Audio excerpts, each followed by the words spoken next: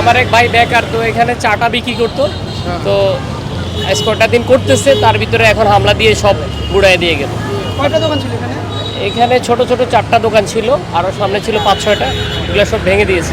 কি কি দোকান ছিল এখানে চার দোকানে বেশিরভাগই ছিল, তো কোনো রকম গুন্ডিগর করে চাটা বিক্রি করতে, এর উপরে তাদের জীবিকা নির্ভর, কারণ এটা তো ভেঙে দিল।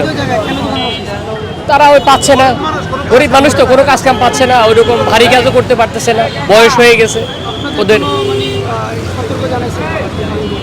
এটা আসলে আমরা জানতেছি না, ব্যাপারটা আগে থেকে হয়তো পূর্ব পরিকল্পিত। কোনো নোটিশ দেয় নাই? কোনো নোটিশ হয় না তো এগুলা।